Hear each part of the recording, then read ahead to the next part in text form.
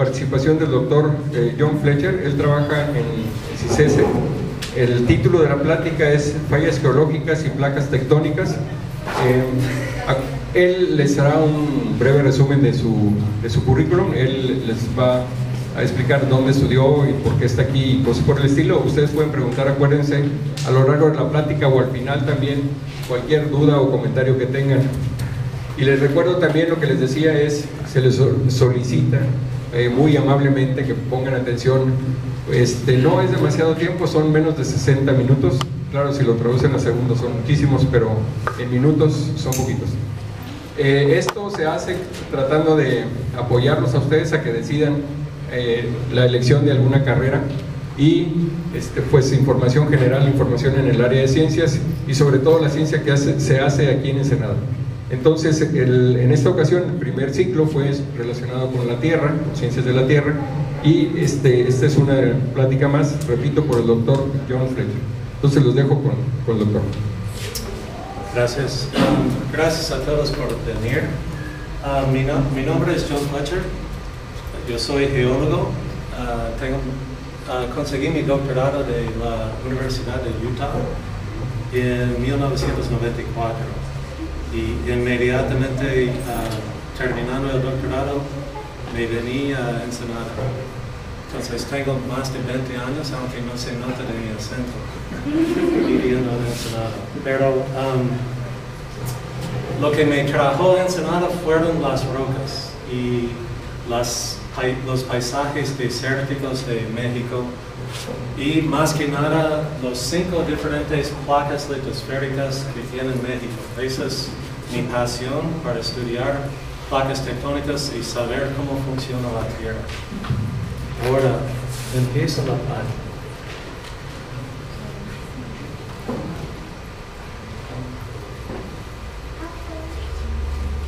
Bueno,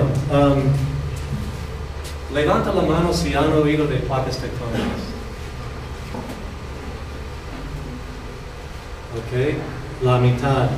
Hay otras que son tímidas, que no quieren levantar la mano, porque placas tectónicas es algo común y corriente, que los continentes pueden moverse uno respecto al otro. Es un conocimiento que realmente es fundamental y a la edad de ustedes deben de saber que los continentes han sido moviendo y van moviendo constantemente. Pero ese es un concepto que yo a la edad de ustedes no supe nada de eso, nadie supo. Y entonces, aparte de decirles cómo funcionan las placas tectónicas y fallas geológicas, quiero enseñarles algunos conceptos muy básicos de geología y enseñarles cómo se usaban los conceptos básicos como para desarrollar lo que es la teoría de placas tectónicas. ¿Okay? Bueno, cuando tú ves una grieta partiendo a la sierra, una grieta muy lineal, es muy probable que están viendo una falla geológica. ¿Okay?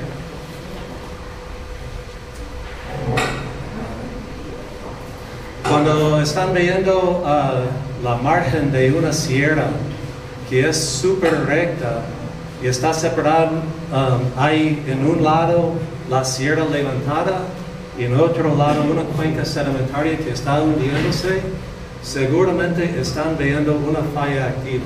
¿Okay? Así se ven en el campo. Yo estuve estudiando fallas activas por los últimos 20 años y en 2010 hubo un sismo grande en Mexicali. ¿Quiénes de aquí han sentido este sismo?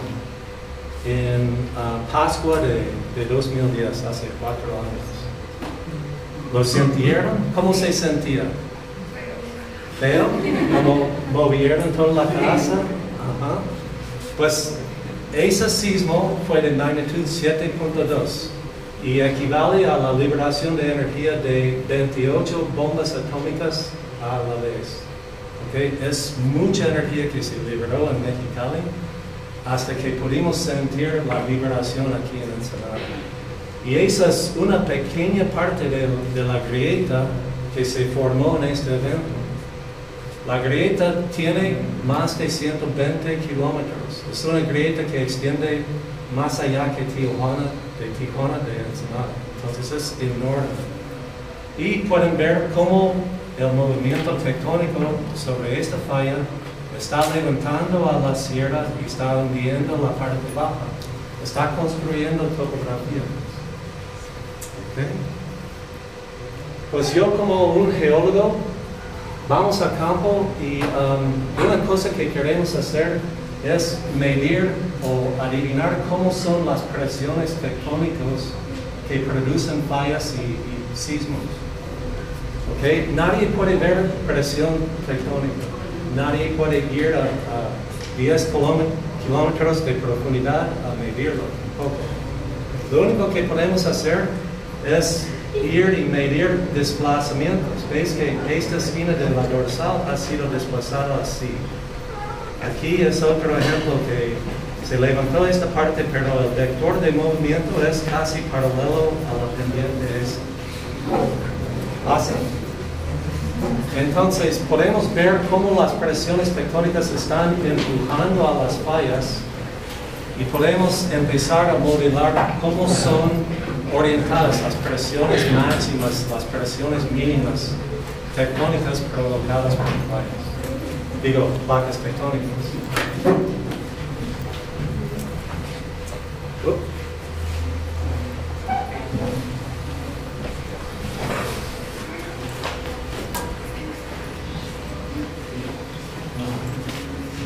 Sí, sí. Eso va a cerrar el PowerPoint. Ahora se grabó. ¿Sí grabó?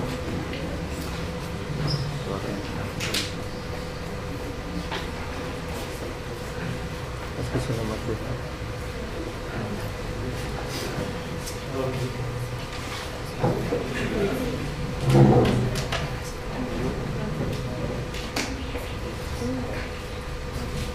Es lo que yo hago con mis estudiantes.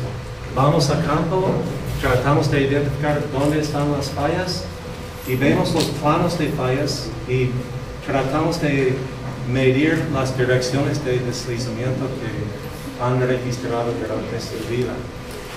¿Okay? De esas direcciones de movimiento podemos empezar a adivinar cómo son las presiones tectónicas y aprender algo de placas tectónicas. Ok, bueno, este es un mapa del mundo, pero es un mapa para un geólogo. No van a ver líneas de costa. Esa es África, pero el borde de África no está sobre la línea de costa. Está sobre bordes tectónicos, donde hay fronteras tectónicas. Y el mundo está dividido en 7 diferentes placas tectónicas. ¿Okay? Y cada placa está moviendo en una dirección diferente. ¿Okay? Esa es la placa Pacífico y se mueve hacia el noroeste. Pero aquí en México puedes ver que tenemos la placa Norteamérica, Pacífico, Cocos y Caribe, y hay otro, se llama la placa Rivera, que no se muestra en el mapa, pero hay 5 placas tectónicas. Entonces tienes muchas zonas de movimientos tectónicos y el riesgo sísmico es muy alto en México. Pero para un geólogo es un país ideal. Nunca se acaba el trabajo. Bueno, ¿cómo sabemos de todas esas placas? Y sabemos eso debido a lo que se dice el método científico. ¿Han oído del método científico? Ok, es algo básico. Y es la manera que los científicos usamos para dejar que la realidad habla por sí misma. Es que no queremos imponer nuestras interpretaciones en lo que es real, lo que son sistemas de rocas, sistemas de fallas. Solo queremos ir a observarlos, recolectar datos, empieza con una pregunta. Y cada pregunta se puede convertir en una hipótesis. ¿Okay? Por ejemplo, en la mañana mi hija Annalisa se levantó y estuvo enojada. ¿Okay? Y mi pregunta fue, ¿por qué está enojada? eso lo puedo cambiar a una opinión o una hipótesis que pues no durmió bien durante la noche.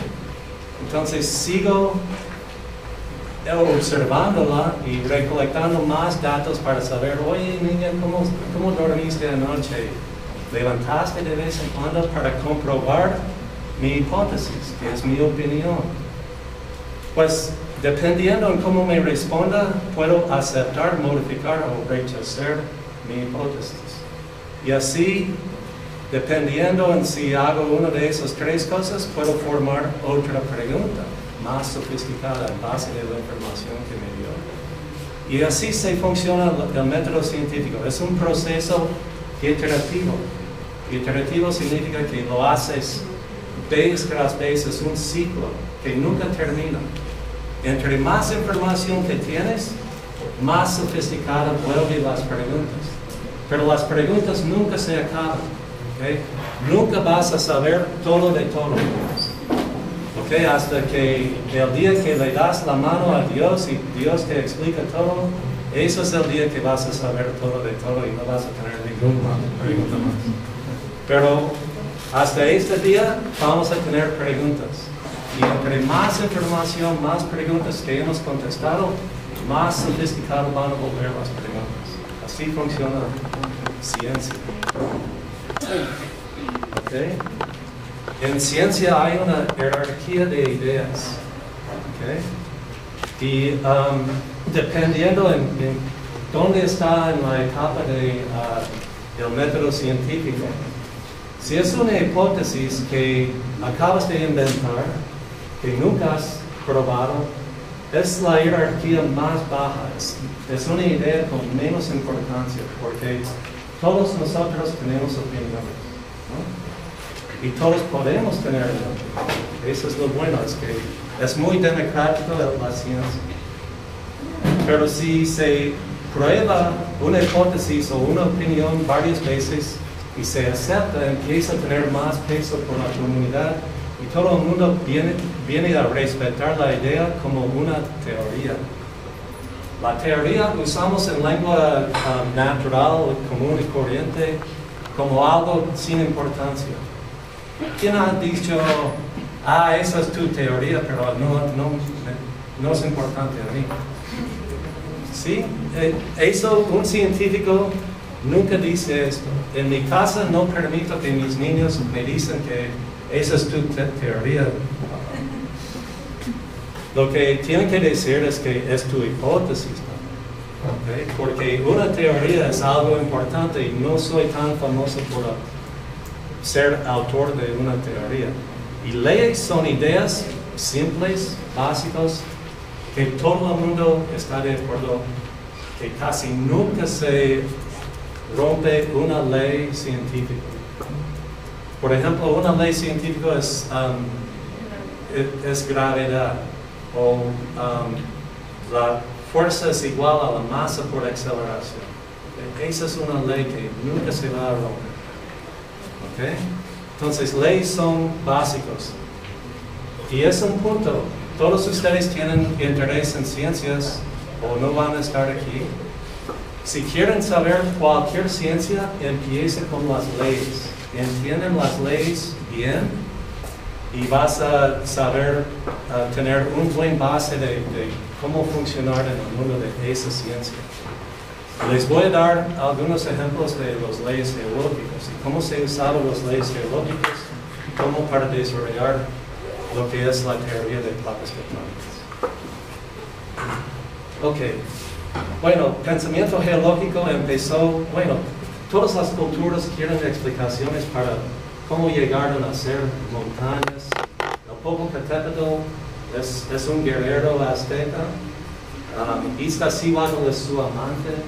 Todos tienen leyendas, ¿no? Y bueno, para muchas personas, antes de tener la ciencia de geología, se explicaba todo el origen de la Tierra en términos de la Biblia.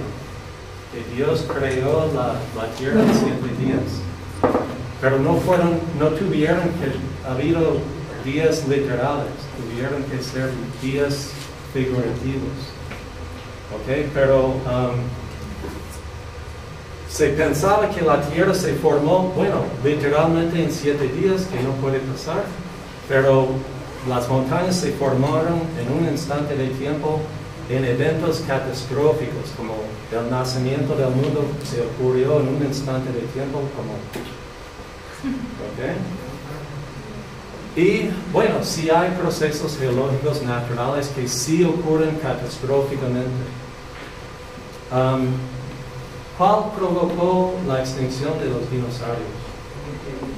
Un meteorito que chocó con la Tierra, se cambió todo a un invierno eterno y mató a todos los dinosaurios que les gustaban los climas húmedos, calientes en la Tierra. ¿Y dónde pegó esa meteorita que cambió la vida en la Tierra? La península de Yucatán. Ve en un mapa de tu país y vas a ver una línea de costa muy cerquita, y esa es donde pegó esta meteorita que mató a todos los dinosaurios. Otro evento catastrófico que cambia el paisaje son explosiones volcánicas. Pueden ver que estamos tratando de adivinar cómo predecir cuándo van a explotar o eruptar un volcán, y lo más cerca que hemos llegado es ver la cara de la geóloga que está observando el evento. Pero sí es catastrófico, principalmente a las víctimas que están viviendo a los pies de los volcanes. Ok, pero había otra escuela de geología y pensamiento que es uniformitarianismo. Uniformitarianismo. Ok, entonces en esta idea decimos que el presente es la clave al pasado. Ok, es decir, que tú puedes ver procesos geológicos operando día de hoy, como la formación de rizaduras en el piso oceánico cerca al mar. ¿Quiénes han visto estas rizaduras en la playa? Okay. Tienen que ir a la playa más, porque si estás en una playa vas a ver rizaduras. Okay. Pero, y se puede ver cómo se forman. En marea baja se expone rizaduras en bancos de arena. Pero cuando estás en otro ambiente geológico, en el centro de Colorado, donde no hay océano, puedes ver que las rocas formaron aquí hace 150 millones de años, con el mismo proceso que está operando hoy en día. ¿Okay? Es una idea muy simple y te da poder de observar e interpretar en otros ambientes. ¿Ok? Ahora, esas son montañas gigantes de las Himalayas. ¿Y cómo se formaron? ¿De un día al otro? ¿O se formaron por otro proceso? Bueno, podemos ir a otros lugares y ver montañas gigantes, y podemos ver los pasos en que se crecen. Pasos muy pequeños. Bueno, aquí se creció 2 metros en un evento sísmico. Pero empiezas a juntar 2 metros, 2 metros, 2 metros durante mucho tiempo, puedes crear montañas gigantes. Entonces es un proceso que podemos observar hoy en día y inferir que ha ocurrido durante el tiempo geológico. Ok, ese es otro paso sísmico. Está construyendo las montañas. Ahora, aplicando ese concepto, ya saben cómo se hacen montañas. Y la punta banda aquí en el otro lado de la bahía de Ensenada se formó igual que esto. ¿Ok? La punta banda, cuando ves esa área en un día despejada, esa no es punta banda, es otra parte de Baja California, pero tienen rasgos semejantes. Ahora, ¿qué ves en esa colina? ¿Ves diferentes líneas? ¿Cómo se formaron? Bueno, quién sabe. Podemos aplicar el concepto de uniformitarismo Y hoy en día está excavando un cliff, ¿cómo se dice? Una terraza marina debido a la erosión del oleaje. ¿Okay? Y podemos inferir que en tiempos viejos la línea de costa fue aquí, o es decir que la montaña se levantó durante el tiempo y esas terrazas fueron abandonadas. ¿Ok? Es una hipótesis. Puedes ir y caminar en la terraza y eso es lo que vas a ver. Conchas marinas, de animales vivos en el ambiente marino. Entonces, así puedes aceptar la hipótesis que está levantando poco a poco esas montañas. Y Punta Banda es igual que eso. Ok, voy a pasar eso, pero bueno, vamos a ver cómo se desarrolló las ideas de placas tectónicas. Y esa es una historia muy interesante. Es una historia de exploradores que perdieron la vida tratando de medir la separación de los continentes. Es una historia de que ideas brillantes que fueron perdidas por tiempo, por más de 50 años, ideas muy brillantes fueron perdidas. Y si no fuera por conflictos mundiales, no hubiese tenido los datos importantes, las observaciones básicas para comprobar esas ideas brillantes. Entonces, gracias al conflicto de la guerra, la Primera Guerra Mundial, bueno, gracias a los imperios europeos que querían enriquecerse y agarrar terreno, se propuso la idea de placas tectónicas. Hay que saber cómo están mapeados los bordes de los continentes. Pero también, gracias a los conflictos y tratando de buscar submarinos en el agua, se mapearon todos los pisos oceánicos del mundo y recogieron los datos y observaciones básicas como para comprobar la teoría de placas tectónicas. Entonces, recuerden los pasos. Empiezas con una pregunta, haces una explicación. Eso es casi al mismo tiempo. Y luego es la parte dura, la parte difícil. Tienes que ir a recolectar datos para comprobar tu hipótesis. Finalmente, evaluar la hipótesis, aceptarla, modificarla o rechazarla. Y finalmente, formas otra pregunta más sofisticada. Y lo haces generación tras generación. Lo he hecho yo 1000 veces en mi carrera. Y la gente que me siga va a hacerlo 1000 veces más. Okay. Todo empezó con un señor que se llama Alfred Wegener, que fue un meteorólogo, no fue geólogo. Estuvo explorando el clima en el Ártico, en Groenlandia. Okay. Y lo que observó, debido a otras personas, exploradores de los imperios europeos, que fue los márgenes de los continentes caben perfectamente como piezas de un rompecabezas.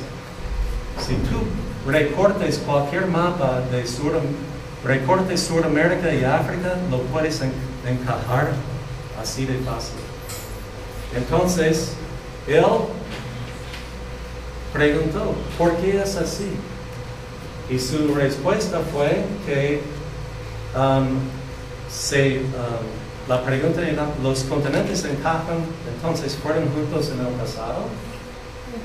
Entonces, características geológicas deben encajar en los interiores de los continentes. Cuando estás construyendo una rompecabezas, ¿usas simplemente la forma de las piezas? ¿O qué más puedes usar para juntar una rompecabezas? Los colores, los patrones adentro de las piezas. Entonces él dijo que no es así amarillo todos los continentes, tienen depósitos que podemos ir y examinar, y un depósito aquí en África debe ser igual que un depósito allá en Sudamérica. Y es lo que hizo.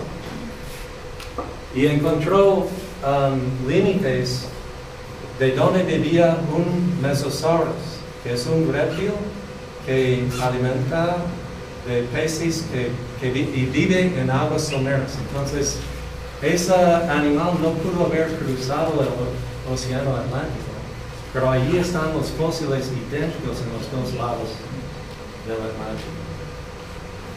Y había mucho más correlaciones entre diferentes continentes. Aquí es Sudamérica, y diferentes animales se encuentran en continentes que ya ahora están separados.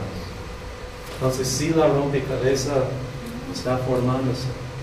Aparte, hay cadenas de montañas en Europa que son muy semejantes a cadenas de montañas en Norteamérica.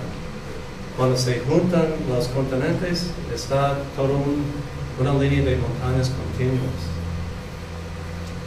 Y lo más extraño es que hay depósitos glaciares en India, cerca del Ecuador, donde no hay glaciares. Pero cuando estuvo junto todos, eso fue el polo sur del continente, donde sí hubo muchos glaciares. Entonces, los colores de las piezas formaron y sí juntaron. Entonces, efectivamente los rasgos geológicos se encajan y se aceptó su hipótesis original. Ahora es tiempo de hacer otra pregunta. Y a ver, ¿qué opinan de esas preguntas? ¿Cómo fue que se separó ese supercontinente Pangea? ¿Cómo pudieron haber desplazado tanto distancia? Y finalmente, que sigan o no separándose hoy en día. Y es curioso, pero este explorador se murió en Groenlandia, tratando de medir el desplazamiento actual hoy en día de Groenlandia a Europa. ¿Okay? Pero hay que proponer una nueva hipótesis, y su hipótesis es que el supercontinente se fragmentó y los fragmentos derivaron a su posición actual, a donde están actualmente, y propuso que las mareas, la fuerza de las mareas, era lo que impulsaba la deriva de continentes. Ahora, ¿qué opinan de fuerzas de marea empujando a continentes? Que no, ¿verdad? Pues el pobre señor se murió en Groenlandia, se atrapó en una tormenta y nunca le recuperaron su cuerpo. Y aparte sus ideas se murieron, porque eso fue imposible. Y aparte los geofísicos en los días dijeron que cómo es posible que un continente hecho de material menos denso que la corteza oceánica, cómo puede derivar a través de corteza oceánica. Es imposible. Entonces esas ideas se murieron por 50 años más. ¿Okay? Si no fuera por datos paleomagnéticos, oceanográficos y sismos globales, no hubiese tenido ninguna otra opinión respecto a placas tectónicas. ¿Ok? Pero veis que paleomagnéticos está medido con un magnetómetro atrás de un barco. Fueron buscando submarinos, no señales magnéticos de rocas en la pista oceánica. Oceanográficos, sonar y midiendo las elevaciones, los alemanes les gustaba esconderse en canales submarinos y atacar los barcos de los Estados Unidos. Entonces tuvieron que mapear todos los cañones submarinos para matar a los alemanes. Y finalmente los sismos globales no fueron registrados por sismómetros, los sismómetros no fueron por sismos.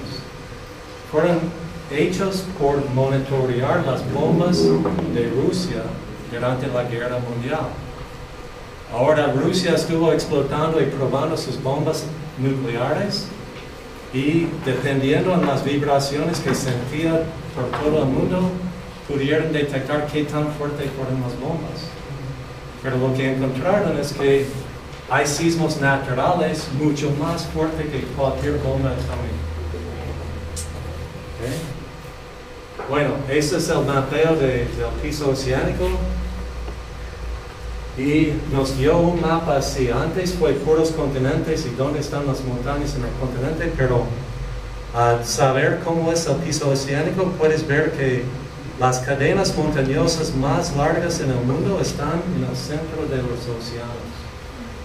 Uno extiende de México a través de todo el océano Pacífico, pasando a este lado del mapa y llegando al otro lado del mundo. Es un solo cadena montañosa. ¿Okay? También había cañones que se encuentran, los cañones más profundos en el mundo, con más relieve, se ocurre abajo del agua, no en la tierra, no en los continentes. Entonces, se empezaban a reconocer diferentes rasgos topográficos. Y ves que ese mapa se ve muy semejante al mapa de placas tectónicas. Ok, monitoreando las bombas nucleares de Rusia, empezaba a ver, oye, seguramente Rusia no tiene bombas disparando en todas esas regiones. Y los sismos corresponden a los rasgos topográficos.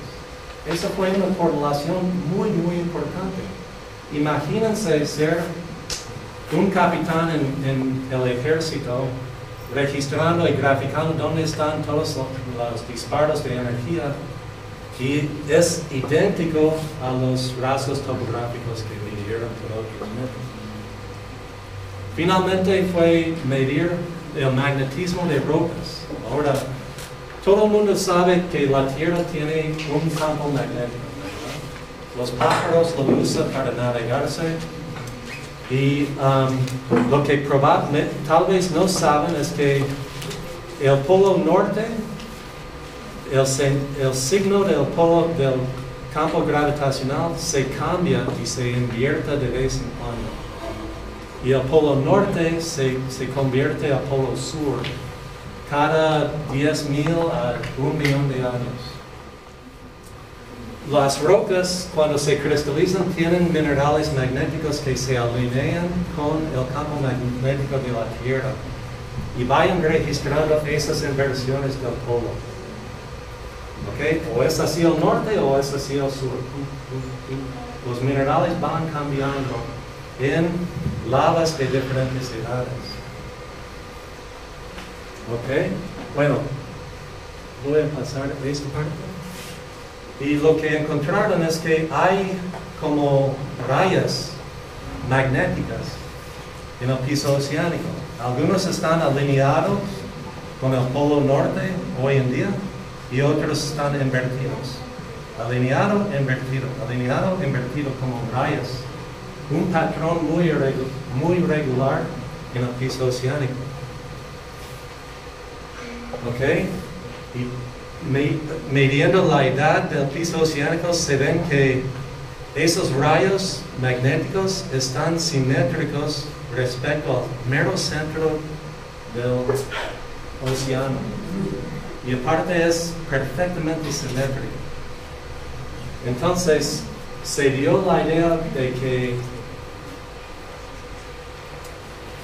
pues tal vez empezaban a pensar que pobre Wegener hace 50 años tal vez tuvo la razón, que realmente los continentes pudo haber sido muy cerca y se emplaza rocas volcánicas que son muy móviles en el área donde están separando los continentes y cambia la polaridad de los polos magnéticos y registran otra dirección de magnetismo. Y va cambiando así, se puede formar esa simetría respecto al centro del océano. Entonces, esa fue la idea de Harry Hess, que fue un capitán naval que estuvo registrando y compilando todos esos datos paleomagnéticos del piso oceánico. Tuvo las observaciones de Wegener, que los continentes se juntan, encajonan bien, tuvo las observaciones de los sismos que van correspondiendo con rasgos topográficos en el piso oceánico, y los datos paleomagnéticos te dicen que los continentes pueden separarse como una banda sin fin. ¿Ok? Eso es una banda sin fin, una celda de convección. ¿Y por qué está separando los continentes? Porque el interior de la Tierra tiene que enfriarse. Y lo más fácil para enfriar es que se levanta material caliente a la superficie. Pero ¿qué pasa a ese material caliente? Con tiempo se separa y se enfría y empieza a contraerse. Y se va hundiendo. ¿Okay? Entonces, se levanta y se separa la corteza de la Tierra en áreas calientes y se hunde en áreas frías. ¿Okay? Por pura expansión y contracción termal. ¿Quién ha oído de ese concepto? Expansión y contracción termal. Todos los materiales los hacen. Y es una excelente forma de enfriar un planeta. De hecho, hay planetas que ya están fríos y fíjense que no tienen placas tectónicas activas. Ok, bueno, así es como se separó Sudamérica de África. Empezaba con una perturbación térmica en el continente. Se empezaba a separar por fallas primero y luego tuviste la ruptura final del continente y empezaba a emplazarse corteza oceánica nueva en la grieta central del océano. ¿Okay? Pero pueden ver que ¿dónde han visto mares lineales como en esta etapa de separación? ¿Dónde está ocurriendo? Bueno, ahorita los continentes están muy separados en el Atlántico, pero ¿dónde han visto un mar lineal muy cerca de donde vivimos? ¿Cómo? El Golfo de California, el mar de Cortés, es uno de esos y se debe a que Baja California está separándose de la parte continental de México. ¿Okay? Entonces, usando conceptos básicos y datos básicos, ya son sofisticados para empezar a entender procesos geológicos que están formando al país de México. ¿Ok? Si separan continentes, tienen que reunirse en algún lugar. Si el planeta no está expandiéndose, la separación tiene que ser compensado por zonas de convergencia. Y eso es donde se hunde la corteza fría. ¿Por qué se hunde? Porque es más densa. ¿Okay?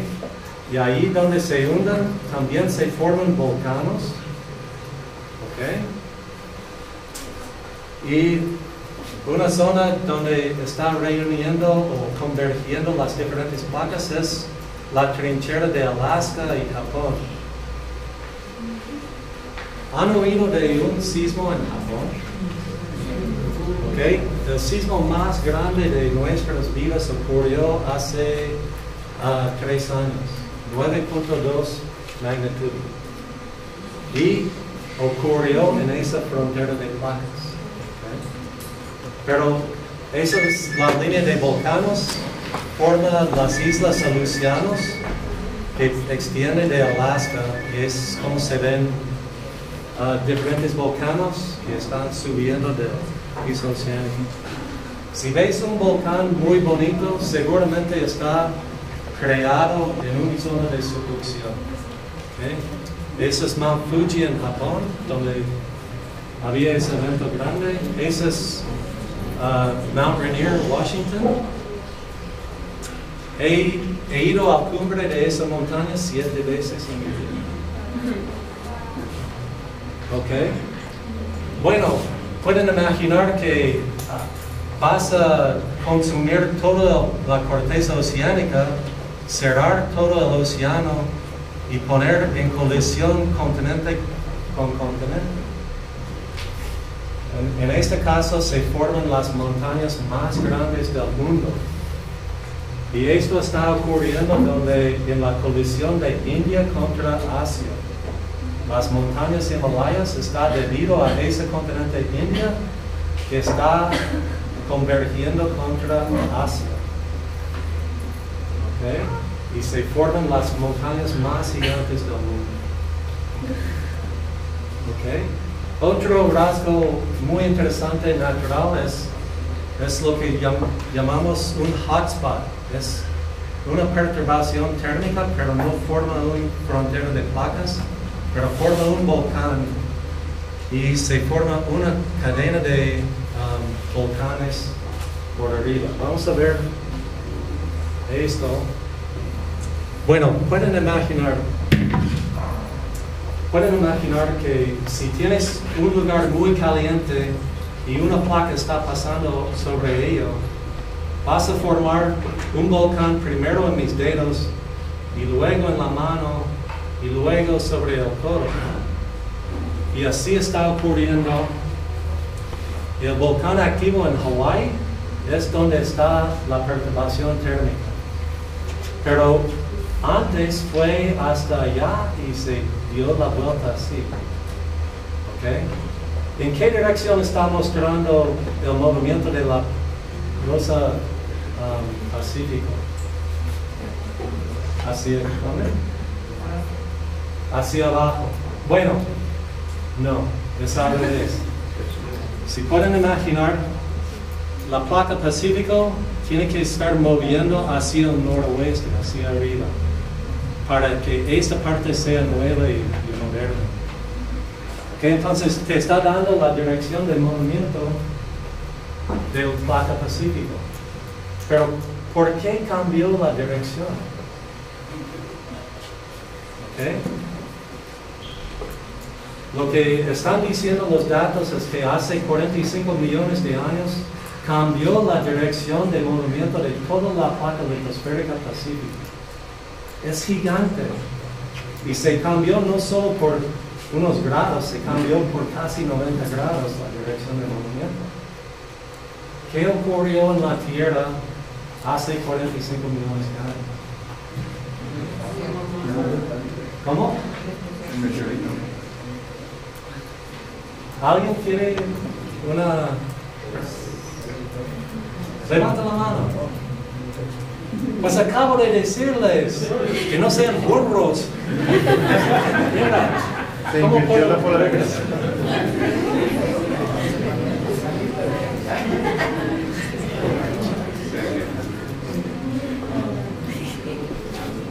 ver. Se invirtió la polaridad. Esto ocurrió hace 45 millones de años. India se chocó con Eurasia y cambió la dirección de todas las placas mundiales en este instante de tiempo. Es impresionante, ¿no?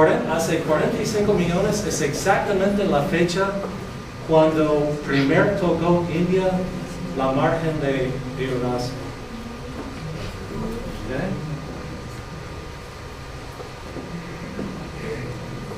Entonces, por eso cambió toda la dirección de movimiento de la placa pacífica. Es increíble, ¿no? Es increíble. Entonces, bueno, eso es como se usaba el método científico durante generaciones anteriores. Y es para nosotros, los científicos de hoy en día, usar el conocimiento previo como para hacer hipótesis de nuestros. ¿Okay? Y parte de mi trabajo es estudiar la evolución geológica de Baja California. ¿Okay? Esa es la línea de costa de Baja, la península la vas a reconocer. Y es la otra parte. Hace 12 millones de años fueron juntos. ¿Okay? Pero lo interesante aquí es que esa es una zona de subducción, ¿ok? Pero también llegó una zona de dispersión oceánica. Entonces lo que se hizo fue juntar el ambiente más frío tectónico con el ambiente más caliente. Y todo el mundo está bien cuando estás pensando en una sola frontera de placas tectónicas, pero cuando se juntan los dos diferentes extremos en un solo lugar, ¿qué pasa a las rocas por encima? Esa es mi pregunta, es la pregunta que llegué a Ensenada a resolver hace 20 años y sigo tratando de resolverlo, pero les puedo decir en corto que Baja California se resultó. Así formó Baja California. Se chocó el ambiente más caliente con el ambiente más frío y se arrancó un pedazo de Norteamérica. Otra cosa es que aquí estamos construyendo corteza oceánica nueva, es una dorsal oceánica, igual como las que han visto en el mapa. Okay, ese es el sur de Baja California. Pero es también una zona de dispersión y es un hoyo. Casi 4 kilómetros de agua están en esta grieta. Entonces, la pregunta es, ¿por qué hay diferentes expresiones de zonas de dispersión? ¿Okay? El proceso es, ¿qué está rellenando el hueco de la separación de esos componentes? Agua, no tanto. Es magma, ¿no? El magma que proviene de abajo está rellenando este hueco. Y de hecho hay tanto magma.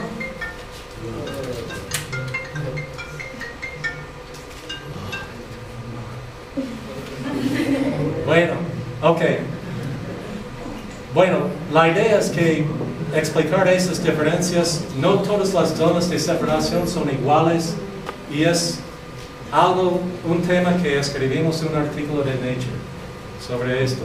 Pero las generaciones que nos siguen van a hacer otras preguntas. ¿Ok? Esos son los huecos oceánicos en el centro del Golfo de California.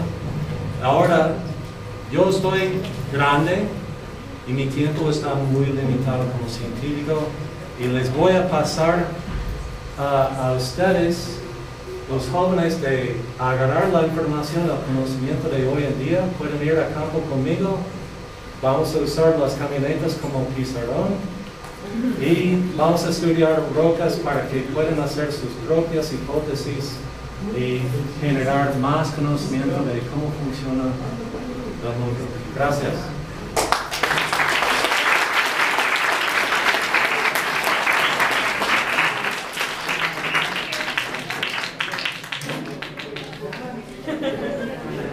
Bueno, recuerden,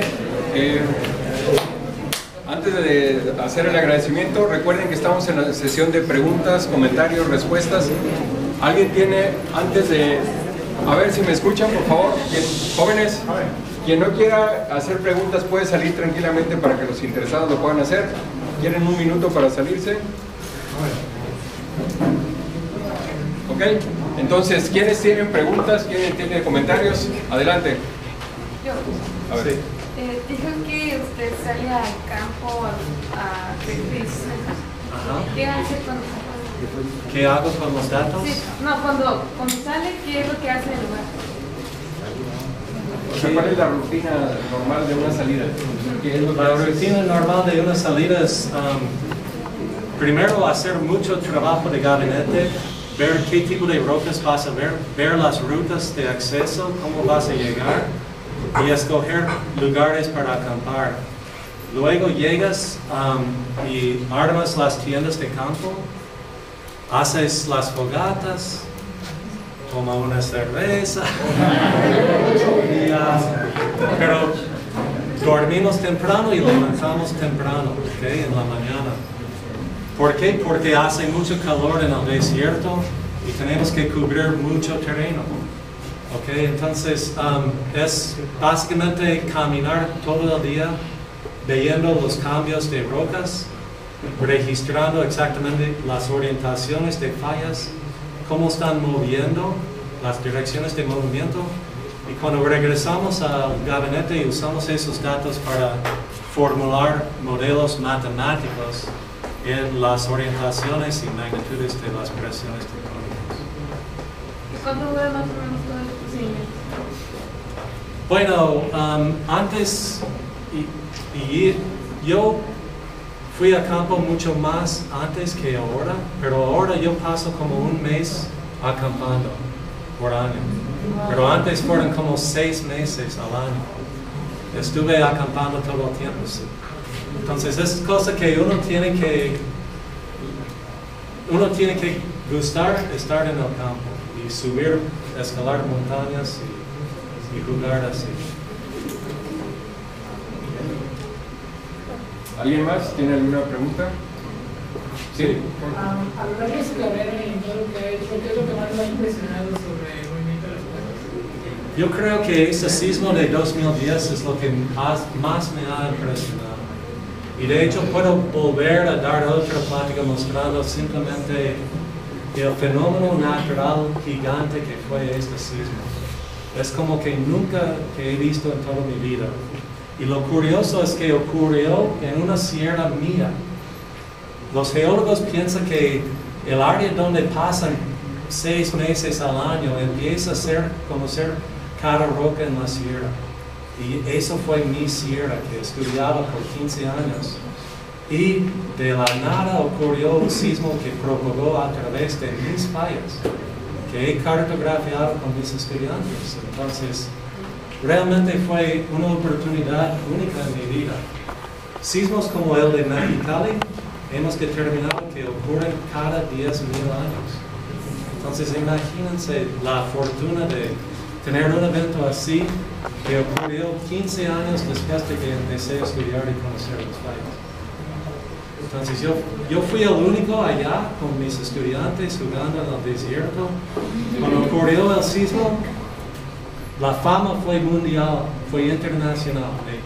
Recibí como 200 correos electrónicos en una sola noche.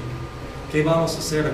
¿Qué va a ser la respuesta científica a entender el sismo?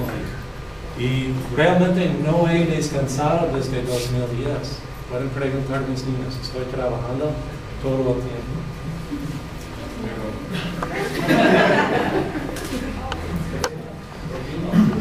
¿Alguien tiene alguna otra pregunta o comentario? ¿A qué lugares va? Dijo que tiene 15 años, ¿no? Y que va, bueno, que iba antes a divisiones. ¿A dónde iba? ¿A qué lugares? ¿A qué lugares? Sí. Buena pregunta. Por todos los lugares de México he ido, viajado y... ¿Todo? Sí, básicamente quería conocer la evolución del Golfo de California, entonces a La Paz pasé unos años estudiando allá, en Sierra San Pedro Mártir, en Laguna Salada, Mexicali, también en Sonora y Puerto Vallarta y muchos lugares así, pero hice mi doctorado en el desierto Mojave. Me volaron en helicópteros en Nevada, en el área de las montañas rocosas. También fui en un crucero de 2 meses al centro del Océano Atlántico. Perforamos el piso oceánico allá para ver las fallas responsables para la separación de los continentes. Estuve 2 meses en un barco científico. Pues donde hay rocas voy. Estoy interesado. Prácticamente toda la superficie de la Tierra tiene rocas. Me interesa. Ahora, hay una pregunta que menciona este ciclo que hemos tenido desde hace tiempo. Ya ves que se habla de un solo continente originado en Pangea. Pero la pregunta es, ¿esto supuestamente cuánto cubre de toda la superficie terrestre? ¿Cuánto cubría? ¿El resto era agua? Ajá. Y la pregunta es, ¿por qué precisamente se hizo una especie de una especie de punto sobre la esfera? Un punto sólido y el resto líquido. Bueno, líquido sobre la superficie. Es líquido debido a que hay corteza más densa, que no se alcanza elevaciones grandes. Pero si hay sólido de todas maneras abajo, ¿está líquido o qué es el mar sobre el sólido? es el mar está sobre el sólido. Sí. Pero es una buena pregunta. La pregunta es ¿por qué se juntan las masas continentales? Y la respuesta es que la dirección de movimiento es caliente hacia frío. ¿Ok? Y cuando están juntos, los continentes se forman una insulación de lo que está abajo de ellos. Y se pone inestable en esa área. Y se van separándose. ¿Dónde? A las partes frías. Pero ya que esa parte se enfría, se regresa a esa dirección. Y es un proceso que no solo ha pasado desde Pangea a hoy, pero varias veces había varios supercontinentes. Gracias. ¿Alguien tiene alguna otra pregunta o comentario? Bueno, pues solo me resta agradecer a John su plática. Dice Matematiquéase, agradece al doctor John Recher por su plática Fallas Geológicas y Placas Tectónicas que impartió el día de hoy en las instalaciones de esta organización, apoyando con ello la divulgación y la difusión de las matemáticas, la ciencia y la tecnología. Esperamos poder contar con su presencia en un futuro cercano, en Senado, California, 20 de marzo de 2014. Gracias.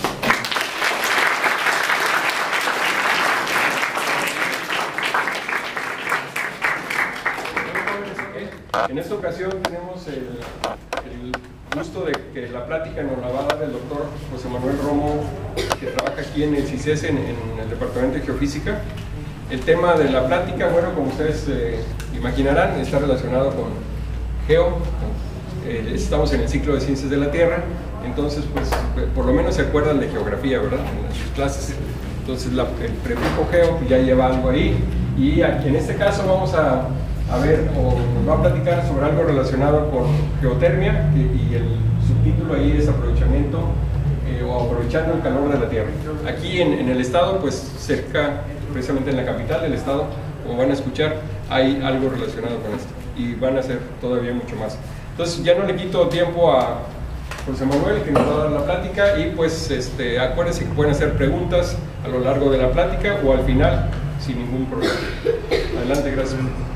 Gracias por estar aquí, muchachos. Lo que voy a hacer es pasarles primero un pequeño documental que me pareció que está bastante apropiado para este día, y es un documental hecho en España, así que van a ir a hablar un poco rarito españolmente, y luego veremos qué es lo que tenemos en este sentido de la geotermia aquí en México, y luego esperemos tener sus preguntas y contestar sus dudas, ¿no? Entonces vamos a empezar con el documental. Son tres secciones.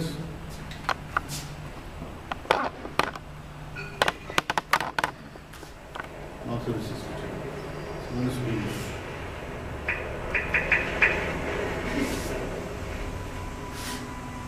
En 1687, Newton aseguraba en sus principios matemáticos de filosofía natural que una esfera de hierro al rojo vivo igual a nuestra Tierra, es decir, de unos 12.000 kilómetros de diámetro, apenas se enfriaría en 4 millones de días, es decir, unos 50.000 años, y añadía que el enfriamiento podría ser más lento, invitando a que se investigara por medio de experimentos la proporción verdadera. En la actualidad, los geólogos han elevado a miles de millones de años el cálculo de Newton, pero la genialidad de este fue idear un método de estudio de la formación de los planetas a partir de su propio calor residual, o si se quiere, de su ritmo de enfriamiento. Un calor residual que en la Tierra se manifiesta a través de fenómenos naturales como los volcanes, los géiseres, las fumarolas o los manantiales de agua caliente. Pero estas manifestaciones naturales del calor interno del planeta no fueron interpretadas por el hombre de forma científica hasta una época reciente. En la antigüedad fueron considerados generalmente manifestaciones de dioses malignos que habitaban en las profundidades de la Tierra, donde se localizaban además terribles y ardientes moradas infernales. La literatura universal, por su parte, imaginó también con distinta fortuna escenarios insondables en las entrañas del globo. Y aunque la geología ha extendido la idea de que el calor de la Tierra es un antiguo legado del Sol, se mantienen vivas en algunos pueblos primitivos las creencias en exóticos abismos radiantes. La Tierra es bastante más antigua de lo que había supuesto Newton, es de 4.500 millones de años aproximadamente de existencia, y este calor es el resultado de, fundamentalmente, hay varias fuentes, pero fundamentalmente de la desintegración de sustancias radiactivas que están concentradas, casi todas ellas, en la corteza de la Tierra. Principalmente son uranio, el torio y uno de los isótopos del potasio, el potasio 40, que al desintegrarse emiten cantidades mínimas, muy pequeñas de calor, pero que en un espesor muy grande de un material mal conductor del calor hacen de que la temperatura crezca aproximadamente en promedio unos 3 grados cada 100 metros. Y esto es la explicación universalmente admitida hoy, aunque hay otras causas locales y hay desplazamiento de fluidos en el interior de la Tierra que hacen que esta distribución térmica cambie de un lugar a otro. A pesar del terror que despertaron desde siempre y hasta ahora las manifestaciones más virulentas del calor terrestre, como son volcanes, lo cierto es que el hombre primitivo no dudó en aprovecharse de los fenómenos termales más benignos. Las antiguas culturas llegaron a la conclusión de que las aguas termales poseían propiedades curativas y profilácticas, e iniciaron la primera industria derivada del calor de la Tierra, la balneología. Una industria que floreció en los días del Imperio Romano, donde las termas no solo tenían el valor de lugares de higiene y salud, sino también el de lugar de reunión e intercambio social. Y fueron los romanos los que extendieron por el imperio, como tantas otras cosas, la afición a las aguas cálidas, y a sus técnicas de aprovechamiento. No quedaron en la península grandes construcciones termales de los romanos, pero sí escenarios significativos, como las termas romanas del balneario de Alamilla, en la provincia de Almería, donde se puede celebrar el nacimiento de una cultura, la de las aguas. En la época de bronce, el pueblo algar vivía alrededor del manantial. Lógicamente eso nos demuestra que lo utilizaban. Después pasaron otras civilizaciones, como fueron los fenicios, los romanos, dejando rectos. Finalmente, los que más vestidos nos han dejado, por lo menos los que quedan, son de los árabes, que fueron los últimos que pasaron por aquí, excepto la época. Las aguas del balneario de Alamilla emanan a 58 grados de temperatura, son lógicamente hipertermales. Están indicadas contra cualquier enfermedad reumática, gota, estrés, etc. Otras muchas más. En 1984 se empezó la reconstrucción y se terminó en 1991. La clientela que nos visita viene durante todo el año, aprovechando, sobre todo en invierno, aprovechando las bondades del clima de Almería, donde no hay invierno. Quedó también atestiguado en lengua latina el carácter sagrado que tenían estas fuentes y manantiales. En las burgas de Urense se encontró una votiva romana en la que se puede leer: Calpurnia Habana Evoso cumplió gustosa el voto que hiciera bajo la inspiración de un sueño a las ninfas de las aguas. Esta Calpurnia Habana es la primera aficionada a los baños termales de que tenemos noticia histórica. Y en el balneario Dávila, en Caldas de Reis, Pontevedra, al pie de la vía romana 19, Lugo-Braga, se conserva una emocionante piedra votiva en la que un enfermo llamado Adalus le agradece al dios Herobio su curación.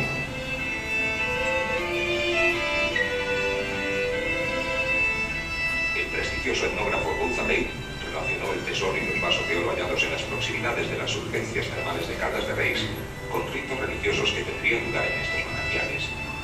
Algunos historiadores han localizado estaciones termales cuya virtud curativa era objeto de ofrendas en los tiempos neolíticos y de la primera edad del bronce. Su sacralidad es, pues, anterior a la romanización, y y le va a sobrevivir mucho tiempo.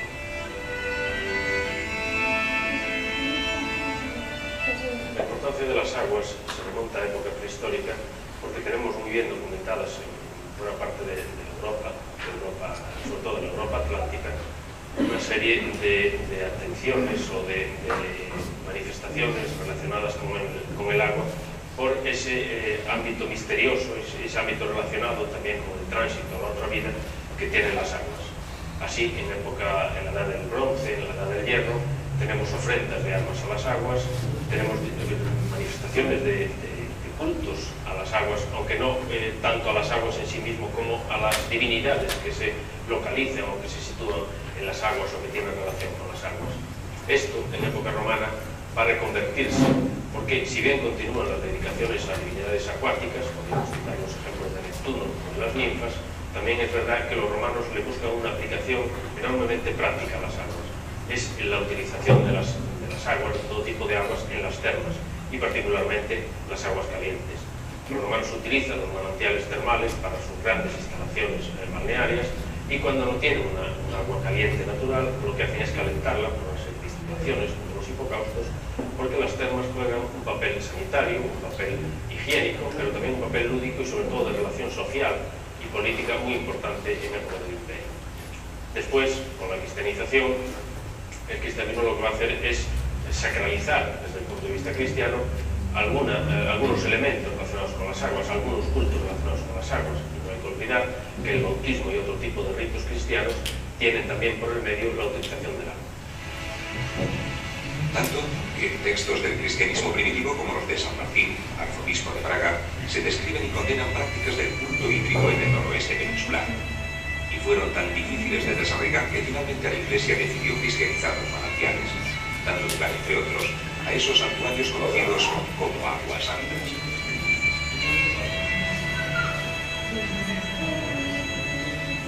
Y es que las propiedades de las aguas fueron consideradas como manifestaciones de poderes sobrenaturales. Quizás por eso el arquitecto Antonio Palacios levantó en Mondariz una arquitectura clásica, como un templo antiguo para la Buvette, el lugar sagrado donde brote el agua.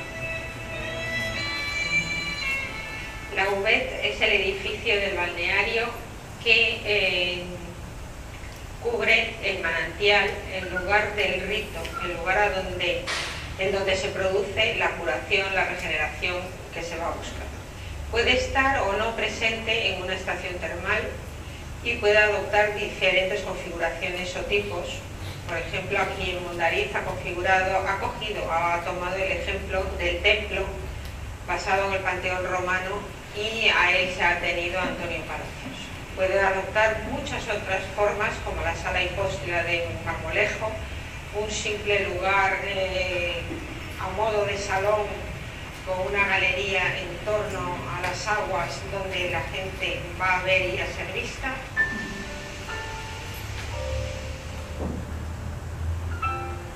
Pero la apoteosis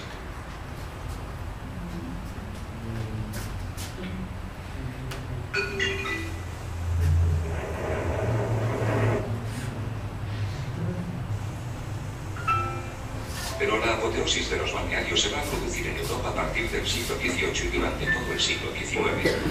La hidroterapia se propone como una panacea para los males del cuerpo y del espíritu. Ir a los baños se convierte en una moda a la que se rinden las clases más favorecidas en establecimientos que rivalizan entre sí, el lujo y el confort.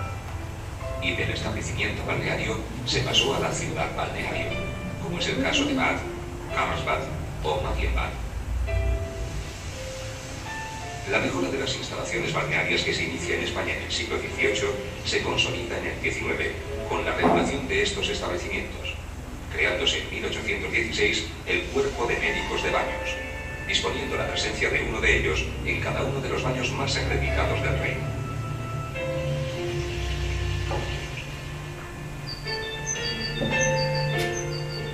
Cada balneario, por su parte, tiene su propia historia. Su esplendor y su decadencia están ligados no solamente a esa primera función curativa o de reposo, sino también a esta otra dimensión de relación social y ocio que irá adquiriendo progresivamente mayor protagonismo.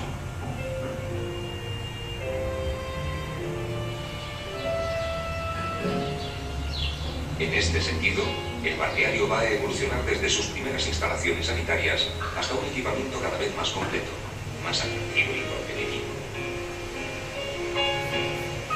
En el balneario de Mondariz, en los 125 años de historia que lleva funcionando, se han utilizado diversas técnicas termales.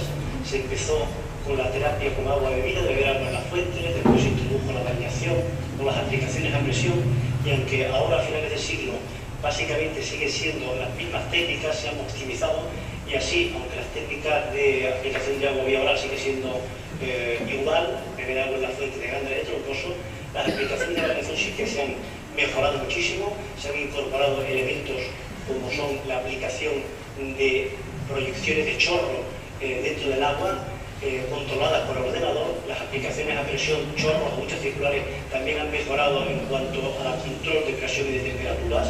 Las inhalaciones ahora se consiguen gotas muy finas que pueden llegar incluso hasta alveolos, y se complementan actualmente con otras técnicas no puramente termales, como pueden ser las aplicaciones de tratamiento corporal a base de algas o a base de aplicaciones de limos. Todas estas técnicas son más bien estéticas, se pueden usar en programas de adelgazamiento, también se usan mucho en programas de estrés, porque los limos tienen una aplicación sedante muy importante.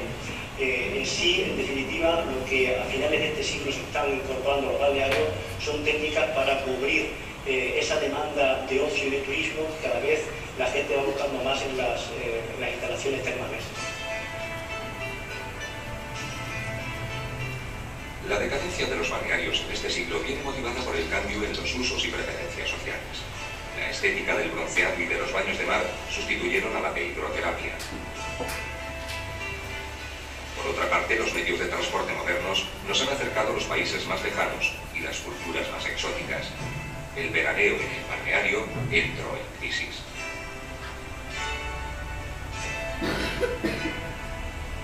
Pero a partir de los años 80 surge un nuevo interés por el contacto con la naturaleza y vuelve el balneario a resurgir de sus cenizas.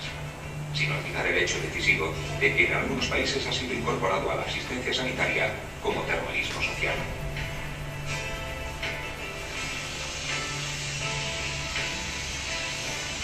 Los balnearios son una utilización clásica e histórica de lo que son las energías renovables. De hecho, la energía geotérmica se utiliza históricamente para dos cosas: para el aprovechamiento energético del calor y para el aprovechamiento terapéutico. Los balnearios utilizan este segundo recurso, que es el aprovechamiento terapéutico, y es un recurso que procede desde la más antigua de la historia de la humanidad, aunque digamos que su edad de oro fue finales del siglo pasado y primer tercio de este siglo, donde digamos que el turismo en el concepto moderno nació en los balnearios. Los balnearios se utilizaban para las reuniones sociales, donde la gente acudía a relacionarse, a tener relaciones sociales y a curarse.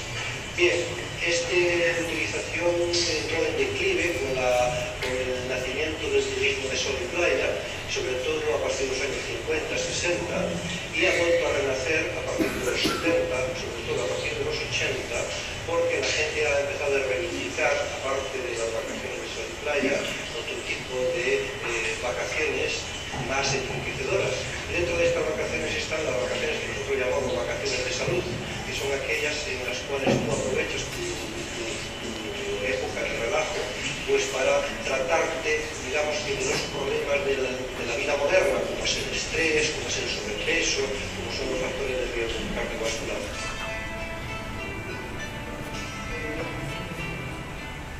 Pero la curiosidad del hombre hacia todas las manifestaciones termales le llevó a probar las aguas de los manantiales, incluso aquellas de sabor y olor desagradables. El resultado fue la explotación de las aguas de los manantiales para beber, con lo que se completa la curación termal de los baños y da origen a las aguas minerales. Para comprender la naturaleza y los componentes de estas aguas, hay que reconstruir su fascinante viaje que comienza a partir del agua de lluvia superficial que se infiltra en el terreno, descendiendo a través de fracturas, fisuras o brechas hasta una fuente térmica que eleva su temperatura provocando su ascenso. En su viaje de vuelta a la superficie, las aguas termales van perdiendo calor en contacto con las rocas y al mezclarse con las aguas frías en capas superficiales del terreno. Esto explicaría las diferencias de temperatura. Gracias a la ayuda del tritio, el isótopo más pesado e inestable del hidrógeno, se ha averiguado que las aguas termales permanecen un gran número de años en el subsuelo desde el momento de su infiltración hasta el de su emersión. Este tiempo de permanencia suele superar los 20-25 años e incluso en algunos casos puede rondar la centena, lo que nos invita a pensar que la circulación de las aguas termales en profundidad es lenta, larga y compleja. Son muchas las consecuencias que se derivan de este hecho, pero nos gustaría destacar dos de ellas. La primera es el valor estratégico de este agua en situaciones de emergencia. Por ejemplo, podemos recordar las numerosas inundaciones que ha sufrido la ciudad de Orense, algunas de ellas en el presente siglo, y que contaminaron e inutilizaron la mayoría de sus fuentes y pozos, salvo las de las burgas. En segundo lugar, y dada su dilatada estancia en el subsuelo, cabe señalar que si estas aguas se contaminasen en la zona de infiltración, sus efectos solo se detectarían a muy largo plazo y cuando ya probablemente el acuífero estuviera gravemente dañado. El grado máximo de temperatura que alcanza el agua en contacto con el foco térmico, la duración de su viaje, la litología, el pH, la existencia de precipitados y de contaminantes si los hubiere, condicionan la composición de las aguas. Las sales disueltas en las aguas termales de Galicia son fundamentalmente bicarbonatos y carbonatos seguidos de sulfatos, cloruros y sulfuros de calcio, sodio, magnesio y potasio, acompañadas de otras sustancias que, aunque minoritarias, les confieren algunas de sus características más peculiares, como son la sílice, el fósforo, el estroncio, isótopo radiactivo, el largo, etc. Esta composición tan variada obedece a multitud de causas estrechamente relacionadas, aunque de forma esquemática podríamos resumirlas en tres. La primera se debe a la disolución de los elementos presentes en la roca por la que circulan estas aguas. Desde luego, esta es la causa más general y la que explica la composición bastante uniforme de la mayoría de las aguas termales de Galicia, en las que abundan las sustancias lavadas a las rocas cristalinas que componen su sustrato.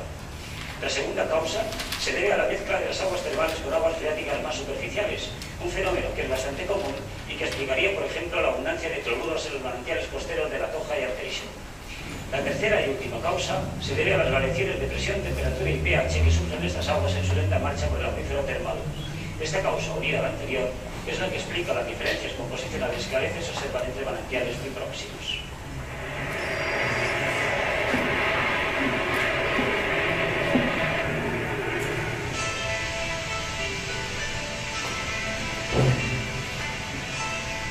Pero si el termalismo fue el más antiguo y generalizado aprovechamiento de la energía geotérmica, en lo que va de siglo XX la tecnología ha ampliado y diversificado sus posibilidades de explotación a la calefacción habitacional, a usos agrícolas, industriales y a la producción de electricidad. Su aprovechamiento depende de que los depósitos geotérmicos sean de alta o de baja temperatura. Los de baja temperatura, los más abundantes y mejor distribuidos en el planeta, no superan los 150 grados centígrados. Para su explotación, basta con hacer una perforación en el suelo hasta llegar al lugar donde circula el agua caliente. Para evitar una alteración en la zona, tanto en su capa freática como en la superficie, el agua, una vez utilizada, se reinyecta al yacimiento geotérmico. Y para evitarlo,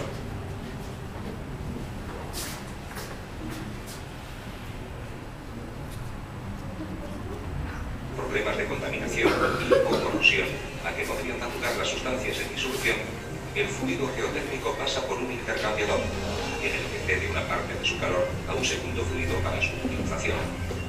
La principal aplicación de los depósitos de baja temperatura es la calefacción doméstica, industrial o agrícola.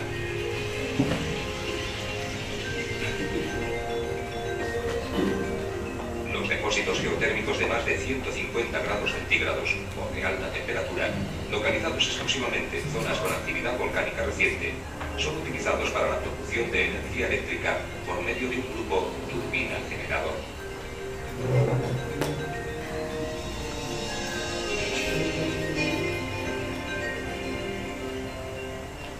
En el interior de la Tierra, a profundidades no muy altas, algunos centenares de metros hasta algún kilómetro, coincide agua, o sea, acuíferos y calor, se obtiene agua caliente, y esta agua caliente tiene, históricamente, se conocen muchísimos lugares que tienen manifestaciones de este agua caliente. caliente aprovechada desde tiempos muy remotos.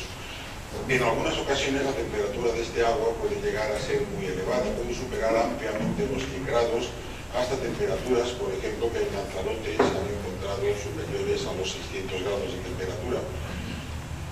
Cuando se tiene agua en estas condiciones, normalmente por encima de 150 grados, o directamente vapor, es posible turbinarla para obtener energía eléctrica. Y esto ya es algo que los italianos desarrollaron a principios del siglo en Larderello y que posteriormente diversos países han ido desarrollando, y tenemos centrales que aprovechan la energía geotérmica de alta temperatura, llamada de alta entalpía, para producir energía eléctrica en Italia, en el norte de México, en California, en Filipinas, en Nueva Zelanda y en diversos países en vías de desarrollo, para los cuales la instalación de estas plantas energéticas es un interesante producto para aliviar la falta de combustibles de otro tipo.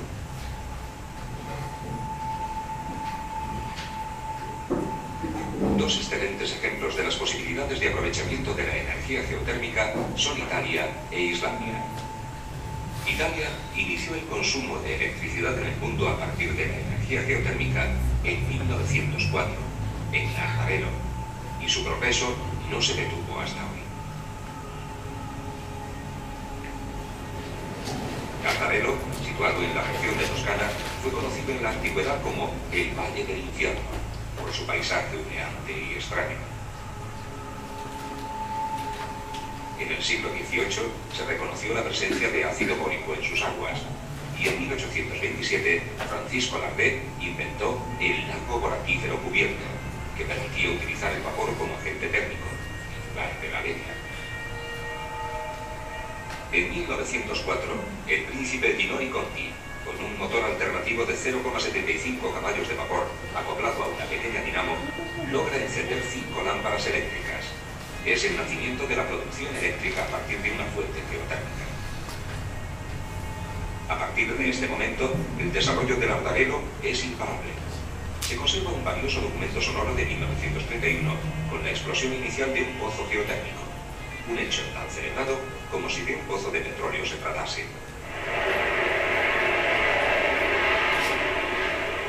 Antes de la Segunda Guerra Mundial, la producción eléctrica es de 910 millones de kilovatios hora al año.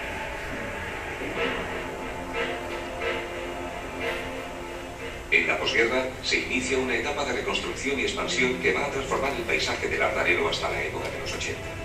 La producción geotermoeléctrica en el umbral de los 90 es de 3.254 millones de kilovatios hora al año. Y aunque solo supone un 1% del total italiano, representa un ahorro equivalente a 720.000 toneladas de petróleo al año.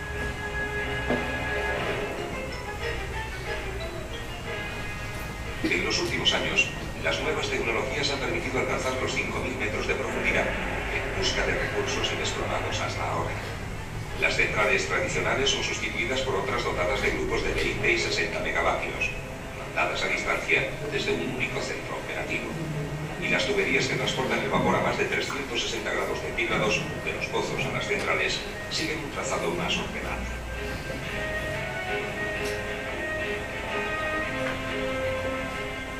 Pero aunque a Italia le corresponde el mérito de haber sido la primera en transformar la energía geotérmica en electricidad, no ha descuidado otras posibles aplicaciones. Para calefacción y usos domésticos en las ciudades de Ferrara y Vicenza.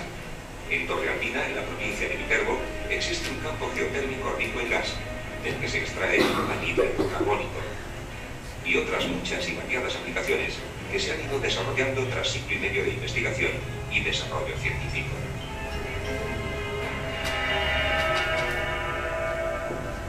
La situación de Islandia no puede ser más estratégica desde el punto de vista geológico. Es el único trozo de tierra situado en la cadena montañosa que divide el Océano Atlántico, donde se ponen en contacto la placa americana, la europea y la africana. Esto origina su gran actividad volcánica, que se manifiesta en géiseres y fumarolas, repartidos por todo el territorio, y también en sus aguas marítimas inmediatas.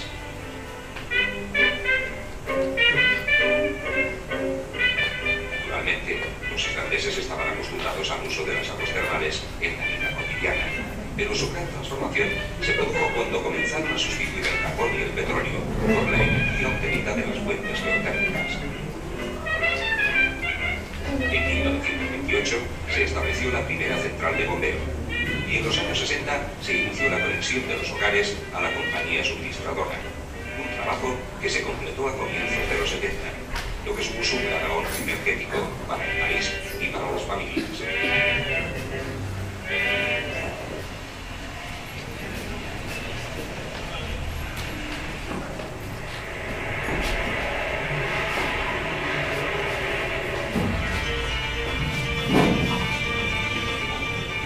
Los manantiales de Reykjavik son de baja temperatura, alrededor de 100 grados centígrados, y se bombean directamente a la red de distribución.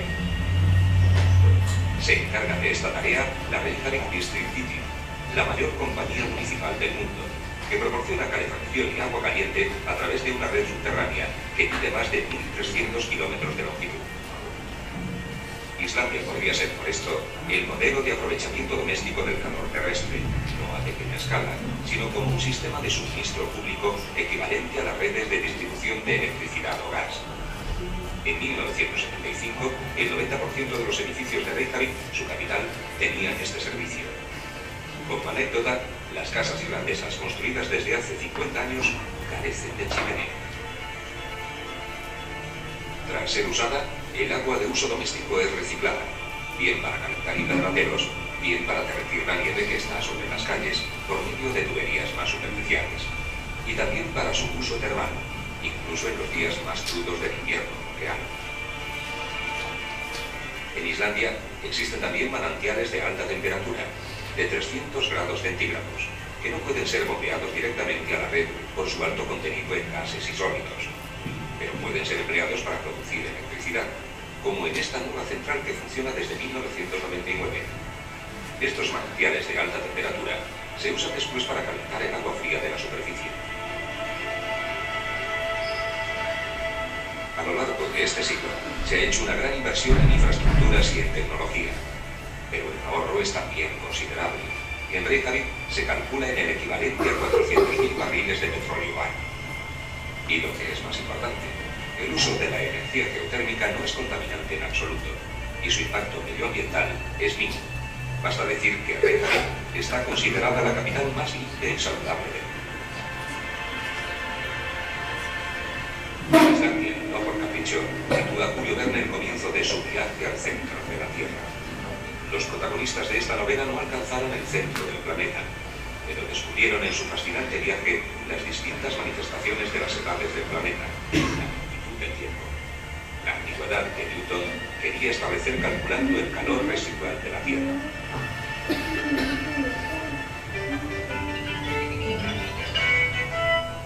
El calor que genera el termalismo y alimenta más de 100 de centrales eléctricas, que calienta casas e invernaderos, y el testimonio de la actividad interna del planeta, el ambiente rescoldo de una antigua estrella.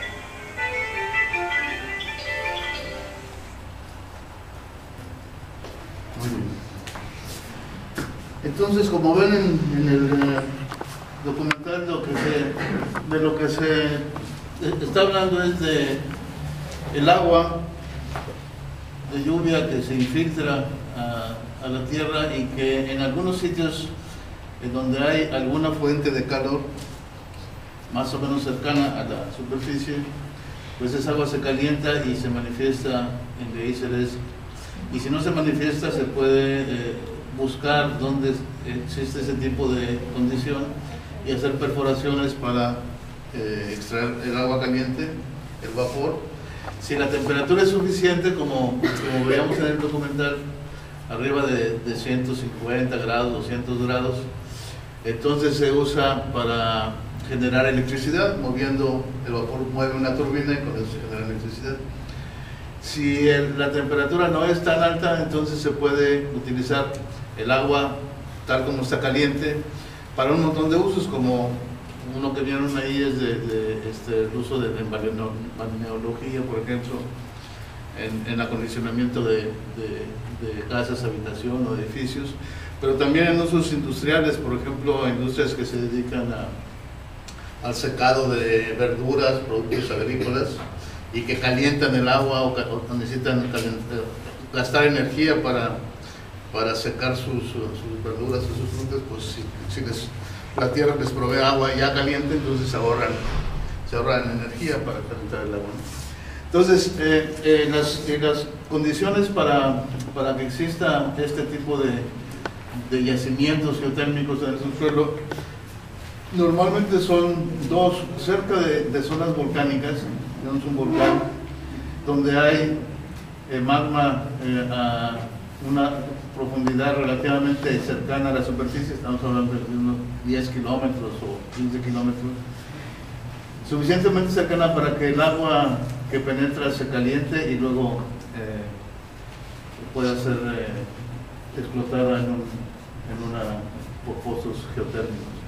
La otra tipo de áreas donde existen estos yacimientos de alta temperatura es en zonas como esta de extensión de la corteza terrestre. Aquí la corteza terrestre es un dibujo que se está extendiendo para estos dos lados, entonces está dejando como un hueco aquí en medio.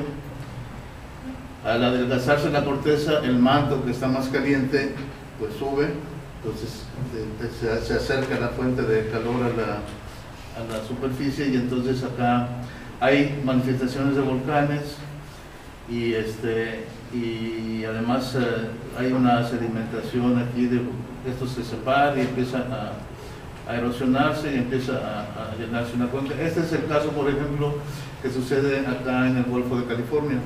Como ustedes saben, la península de California, supongamos que este es un pedazo de la península y este es el continente, se separa del continente en un movimiento más o menos medio oblicuo, pero separándose, ¿no? Se ha medido que esta separación es como de 5 centímetros por año. Ya algunas de las pláticas que tuvieron este mes probablemente hablaron de eso. Entonces, el Golfo de California tiene en el piso oceánico pues manifestaciones de termalismo. Probablemente hayan oído hablar en Guaymas. Cerca de Guaymas se han visto unas ventilas, le llaman marinas, en donde el agua sale a muy alta temperatura y se forman unas estructuras muy interesantes alrededor de esas agua caliente saliendo del fondo marino. Hasta ahora la explotación de la geotermia no se hace en el mar. Hay un par de lugares en el mundo donde se podría hacer, y uno de ellos es el Golfo de California. En general se hace en este otro tipo de ambientes donde hay alguna cadena volcánica cercana. Aunque sean volcanes ya extintos, hay manifestaciones de que hay alguna cámara magmática a cierta profundidad, y entonces el agua se calienta. En México tenemos, en este momento hay 4 campos geotérmicos que producen electricidad. El Cerro Prieto, acá en Baja California, en el Valle de Mexicali, que es una manifestación de lo que yo les digo de esto del Golfo de California, pero ya se entierran. Pero es parte de esa misma dinámica de la separación de la península y el continente. El manto o la corteza es más delgada ahí, entonces la fuente de calor está más cerca. Y tenemos aquí también el flujo originalmente del río Colorado, que entonces tenemos calor, tenemos agua en los sedimentos, todas las condiciones para que se caliente y tener un campo geotérmico que es de los más grandes del mundo, el segundo más grande del mundo. El primero está por acá en California, en Estados Unidos, se llama los Geysers. Luego tenemos otro campo enseguida de tamaño en el estado de Michoacán, se llama los Azufres. Luego otro en el estado de Puebla, los Humeros. Y uno más chiquito acá al sur de la península, casi en el paralelo 28, se llama las Tres Vírgenes, está cerca de San Ignacio, Santa Rosalía. Estos 4 campos son los que en ese momento producen electricidad. La CFE maneja esas instalaciones y son los encargados de hacer producir esos campos. Luego hay varias zonas, estos puntos verdes, en donde se ha visto posibilidades, no proyectos importantes, todavía no se genera nada ahí, pero son prospectos de posible generación de electricidad. Fíjense, en la ubicación de estos puntos acá está en lo que llamamos el eje volcánico transmexicano, que empieza con los volcanes que están cerca de la costa acá en Nayarit y Tepic, el Colima, ¿no? el volcán de fuego de Colima, pasando por los que están acá en el Popo, el Isla, la Malinche, hasta llegar hasta por acá, ¿no? Toda esa cadena de volcanes es lo que llamamos, los geólogos llaman el cinturón volcánico transmexicano. Y estos campos están asociados a ese ambiente volcánico. En cambio acá Cerro Prieto y las Tres Vírgenes están asociadas a la dinámica esta de la apertura del Golfo de California. Hay un montón de puntitos amarillos aquí que son zonas termales, que están mucho mejor distribuidos geográficamente en todo el país. Y son ese tipo de manifestaciones termales como las que hablaba el documental, que se pueden aprovechar no para generar electricidad, porque la temperatura no es tan alta, pero sí para ahorrar electricidad, o sea, por ejemplo, para usar el agua caliente en vez de... México es el cuarto o quinto productor de electricidad a base de geotermia. Creo que acá ya bajamos un poco esa producción y tal, esa un poco. Todavía andamos por aquí, entre el cuarto y el quinto lugar. Solamente con estos 4 campos geotérmicos que están explotando actualmente la Comisión Federal de Electricidad. En relación con el resto de la energía o del resto de la producción de electricidad, la geotermia es bastante pequeña. Aquí el 6.7% de lo que se necesita en todo el país, esa es una estadística en 2002. La mayor parte de la electricidad se produce por empresas, ¿no? Hidráulica, energía hidráulica. La presa de Chicoacén, tiene un montón de presas que están hechas es proceso para generar electricidad.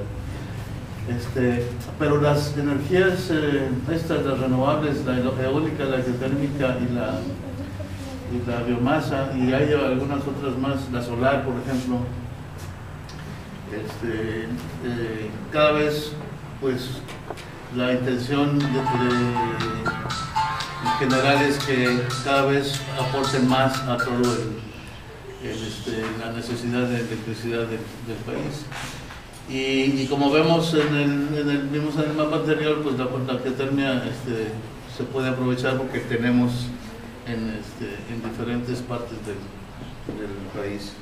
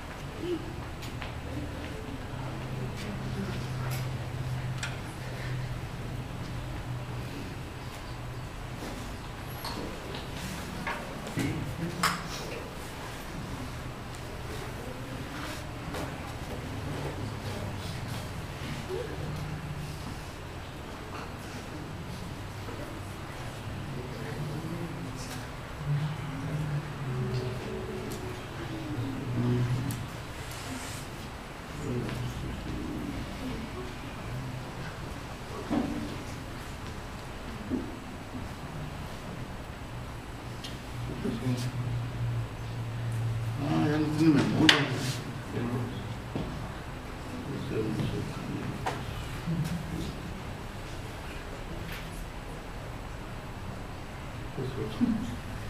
Nunca me había pasado.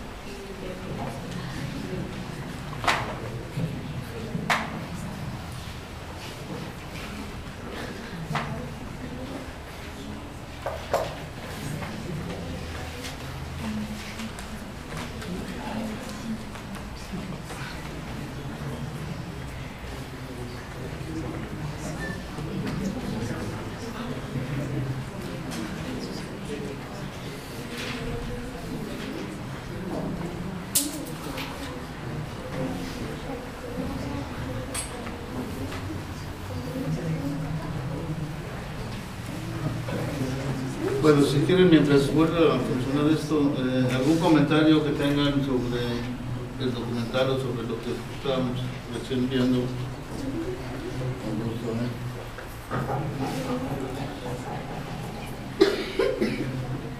¿Alguien tiene alguna pregunta por lo pronto? ¿Acá?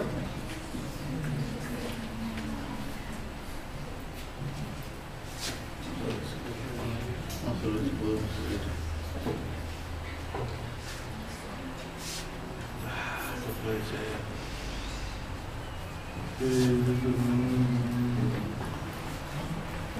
¿Tienes algunos de ellos? Por ejemplo, el calendario de San Blas.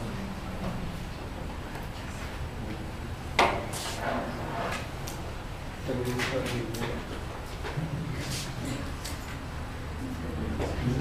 como que tienes todas las...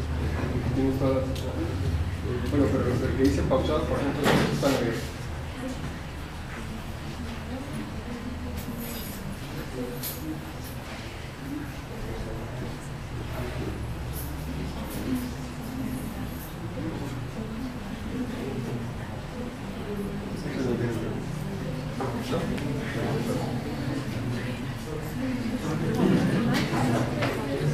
¿Alguien allá levantó la mano? ¿Tenía alguna pregunta? La pregunta. Aquí, por lo que escucharon, tenemos también aguas termales. De hecho, por ejemplo, Agua Caliente, por si lo han escuchado, es un lugar en donde hay precisamente el aprovechamiento de las aguas termales. Si van rumbo a Punta Banda, en la playa que está, ¿me olvidé el nombre? La Joya. La Joya, pues también ahí, nada más con la mano pueden hacer una cuenca pequeña en la playa y sale agua. Y en Mexicali, pues como les decía, estamos muy alta temperatura. Ahí hay pozos que están sacando pues vapor a más de 400 grados y de casi como 4 kilómetros de profundidad, 4 kilómetros por ahí.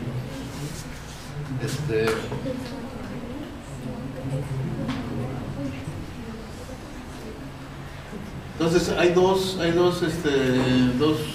grandes aplicaciones, digamos, o dos maneras de aprovecharla. Cuando es muy alta temperatura, pues para generar electricidad. Cuando es menor temperatura, para usar el agua caliente directamente en la agroindustria o en calentamiento de espacios.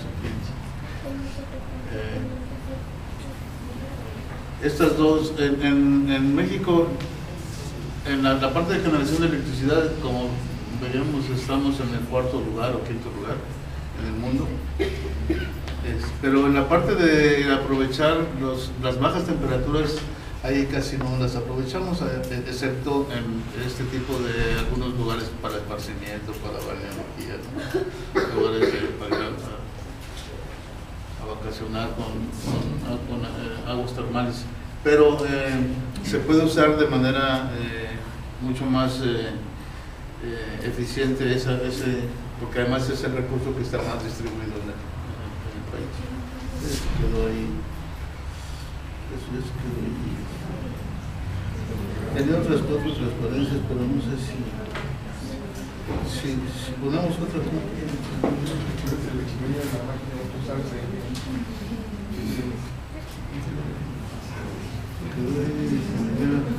no jala el pago.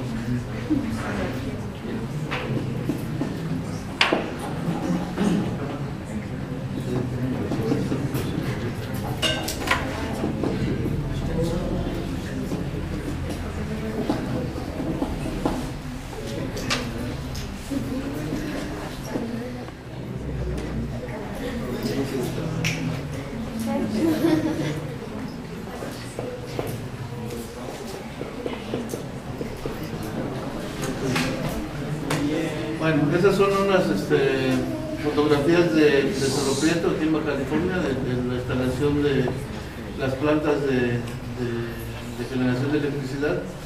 Los pozos geotérmicos están distribuidos en todo el área y luego de ahí sale el vapor, va por unos ductos y todo el vapor lo concentran en varias plantas donde tienen las turbinas para generar electricidad. Hay 4 o 5 centrales donde generan la electricidad.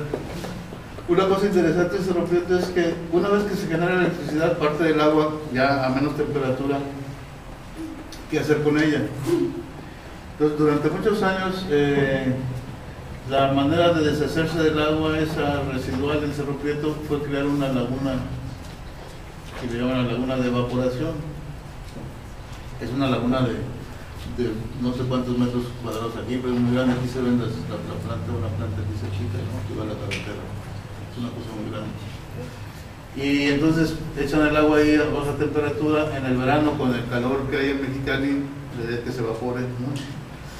Pero ya últimamente parte del agua la reinyectan otra vez al subsuelo. Eso no lo hacían antes porque no sabían bien, no conocían bien cómo estaba el sistema y podrían, reinyectando agua más fría, podrían enfriar el sistema y pues se les acababa el juguete. Así que, pero ahora cada vez se sabe más de cómo llega el agua, cómo circula, en dónde tienen los pozos. Y entonces eso ha permitido tener pozos en lugares estratégicos donde volver a reinyectar el agua residual. Y eso ayuda a también a hacer más permanente el sistema. Estos, por ejemplo, es en los azufres. Los azufres está cerquita están en Michoacán, es un bosque. Aquí están las instalaciones de la Comisión Federal de Electricidad. Ahí ven estos chorros de vapor, es vapor de agua que se va a la hora ya sea en la planta o cerca de los pozos, y todo está conectado con lugares donde están las turbinas. Esta es una vista de una turbina donde conectan ahí el vapor después de quitarle pues todo lo que pueda dañar la turbina y dejar el puro vapor lo más limpio posible para que se mueva la turbina y generar la electricidad. Esto es en Los Humeros, en Puebla, el otro de los campos que está en producción en México. Por ejemplo, esta es una vista del cabezal de un pozo. Aquí el vapor con agua mezclado que sale de aquí, pues se va por esos ductos y se lleva hasta la central donde se genera la electricidad. Es una vista de las turbinas ya operando en la planta. En esta industria hay muchas disciplinas que intervienen, ¿no? Pues obviamente la física, la química y las matemáticas, las tres básicas ahí, ¿no? Y varias subdisciplinas, porque como en la parte de exploración, de buscar los campos, de explicar por qué en algunos sitios hay geotermia, en otros no, pues la geología es la básica. La geofísica nos ayuda a saber lo que hay en las propiedades físicas del subsuelo sin hacer perforaciones desde la superficie, una especie de tomar radiografías del subsuelo, una manera de allegarse información del subsuelo sin tener que, de una manera indirecta, digamos, sin tener que perforar. Y eso nos ayuda a ver cuáles son los mejores sitios para ubicar el agua caliente y perforar, o el vapor y perforar. La geoquímica también es una herramienta básica, como vieron en el documental, una manera en un manantial de agua caliente, el análisis químico del agua nos ayuda a saber si el agua es simplemente el agua de lluvia que se infiltró y a poca profundidad y está saliendo ahí, o si realmente viene del subsuelo con minerales y sales que ha disuelto en el interior de la tierra, incluso saber la profundidad de la que viene, de la temperatura a la que podría estar en el subsuelo. Entonces son herramientas de exploración para recursos geotérmicos. Y luego, pues claro, el desarrollo de las plantas, la ingeniería eléctrica, la ingeniería mecánica, que es la parte, toda esta parte de cómo una vez que tengo vapor, cómo lo aprovecho, cómo muevo las máquinas, las turbinas, nuevos materiales. Hay muchos problemas ahí, empezando por la perforación. Para perforar un pozo a 3.000 o 4.000 metros, pues no es una cosa simple, ¿no? Y luego problemas en el pozo de incrustación por las sales que vienen disueltas en el agua y en el vapor. En fin, hay un montón de problemas ahí de ingeniería que hay que resolver. Y luego ya la distribución de la energía, en fin. Yo les puedo hablar un poco más de la geofísica, que es la parte de mi especialidad. Como les digo, es como una manera como de tomar una radiografía del interior de la Tierra, que en este caso nos da una idea de la distribución de los fluidos y si están calientes. Por ejemplo, aquí esta cosa más roja, no se alcanza a ver esto, pero debe ser algo que está más, es algo más conductor, buen conductor de la electricidad, y eso quiere decir que puede haber fluidos ahí, y si las condiciones geológicas son suficientes, pues los fluidos pueden estar calientes. Entonces, con una imagen de estas o como esta, los que sacamos los geofísicos, todos los geólogos pueden decir, bueno, pues a lo mejor en este lugar es un buen sitio para perforar, y claro, se juntan otro tipo de información. Y la idea es, se pueden hacer, esto es como un corte, ¿no? Con un corte, esto es la profundidad y esto es distancia. Y estos son como tomografías así, horizontales a diferentes profundidades. Entonces, con estas herramientas, que les digo son herramientas que las indirectas, o sea, con datos tomados en la superficie, podemos obtener este tipo de información a distintas profundidades, es que se hace parte de la exploración y de la prospección para buscar sitios donde hay energía geotérmica. Pues hay muchas áreas donde se puede trabajar, básicamente pues, en empresas, tanto empresas del gobierno como las CFE, y ahora en privadas, en el gobierno, en la academia, ¿no? Como en el caso de nosotros que estamos en la parte de la investigación. Entonces el área es muy variada, y también el mercado de trabajo también pues es muy variado, ¿no? Y pues si tienen alguna pregunta, con gusto.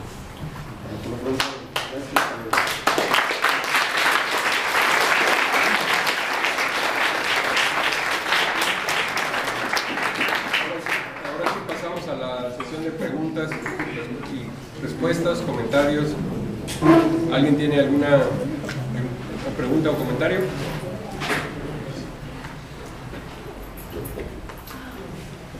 Yo, mientras lo piensan, porque parece que la geotermia los tranquilizó un poquito, que es lo que hacen las aguas termales también. En principio, actualmente creo que hay algo así como una especie de proyecto por parte del gobierno para aprovechar más la geotermia, o es relacionado con el problema de la energía, ¿no? En este caso. Sí, hay una iniciativa de aprovechar en general todas las energías renovables. La geotermia es la energía eólica y la solar.